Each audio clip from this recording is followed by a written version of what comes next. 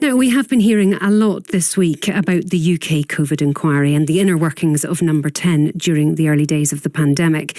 But the Scottish COVID inquiry is also underway. Later, it will hear from women's rights organisations and the campaign group Long COVID Kids. Well, Heather's 16-year-old daughter caught the virus back in September 2021 and she still hasn't fully recovered. Heather, good morning to you. Thank you for joining us. Good morning. Tell us a little bit about what happened with your daughter. Well, we had been abroad when you all had the COVID, pandemic here in the UK. So obviously we were experiencing it on the African side.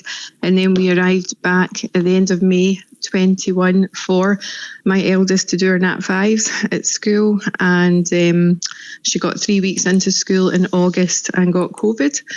And it just went downhill from there. Heart rate all over the place. Big throat infection, opened up a huge abscess. And the fatigue and the brain fog was horrific. And it gradually got worse and worse. And we were referred to a paediatrician at the Children's Hospital. And because of the heart rate and the suspected POTS, and we were just dismissed. And by the time she'd walked to that appointment, she didn't get out of bed for 2 months and never got back to that energy that she had. And it's just been a downhill spiral. We've not had a good experience with the NHS pushing her down a psychiatric route, saying it was all in her head and that there was nothing wrong with her heart. I had to fight to get a cardiology appointment, which took 9 months to get. And they did say she had POTS and put her on beta blockers, which made a huge difference. We were denied a wheelchair. Heather, just before you go any further, just explain what POTS is. Some of our listeners might not be aware of what it is. POTS is postural orthostatic tachycardia syndrome. So it's when you go from sitting to standing, the heart's not regulated and it just shoots up. And it was doing it by itself. I mean, she'd walk up the stairs and her heart rate was at 170 and she'd be trying not to pass out at the top of the stairs. And so you came back from Africa thinking probably you'd missed the worst of the pandemic so that your daughter could go to school and do her exams. Did she end up doing them? Could she do them? No, she hasn't been to school since she got COVID. No, and actually it got so bad last August that I had to tell them to stop. They were trying to do cognitive behaviour therapy because they were still convinced it was all psychological. And I kept telling them it's not. She's still got a throat infection that nobody's helping. She had 3 hospital admissions last year. And we ended up having a big sit-down meeting because they wanted to take her away from us and put her in neuro rehab because she could barely eat anymore. She was bedbound for a year. She had no quality of life. I had self-referred to the council's OT for help and nobody had come to visit me for 7 months. A child stuck upstairs and no one had come to visit.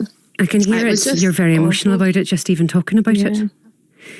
So the only thing that's improving now, and it's through my research, because I've seen abroad, in South Africa, long COVID clinic, they're using blood thinners. And they're seeing huge results and they're finding all these microclots in the blood, which is causing this sticky blood and is limiting the oxygen transfer. And looking at my daughter, I felt that it just seems like no oxygen's getting through to the brain, to the muscles. As soon as her muscles were moved or stretched, she had complete wipeout again. And we weren't getting out of the bit. So we got a new medical team and I said to them, I want to try an aspirin. Because I know you won't put her on blood thinners because she was in paediatrics. And I showed them all the videos and they agreed, okay, let's try it. And since we started that aspirin in March, she has improved amazingly, absolutely amazingly. We know that the campaign group Long COVID Kids are going to give evidence to the Scottish COVID inquiry today. What are you hoping to get out of the Scottish inquiry? Well, there was 2 things. One thing was that the vaccinations that were rolled out for the Scottish kids, were they based on the English school system and the dates going back in September? Because our kids went back in August and my daughter was due to get her vaccine 2 weeks after she got COVID. She would have been at school 5 weeks before she got the vaccine. Those kids should have been vaccinated before they went into school. So I was a bit, disappointed about that and wondered, that's would have given her 2 years of her life back. And then also the fact that there's no treatment. They're just still doing symptomatic management of the symptoms and not focusing on the treatment. That's an interesting one, though, because there was a COVID-19 recovery committee at Holyrood, and they did recommend a sort of series of measures that they hoped that would help people recover better. And one was for a single point of recovery in every health board for people suffering from long COVID. Did any of those recommendations ever come into play? Well, through the hospital, we got some paediatric OT visiting. And again, it was all symptom management and nobody was admitting that there was actually something medical going on. I had to fight to say, nobody said long COVID at the hospital. I said she was absolutely fine before COVID. And they were just assumed because she'd had an international move, it must be psychological. And nobody was interested in the medical side of what was going on. Heather, I just wonder, do you think an inquiry like this, given that we probably won't know its findings for a good while yet, do you think it will help change anything for people who are still suffering from long COVID?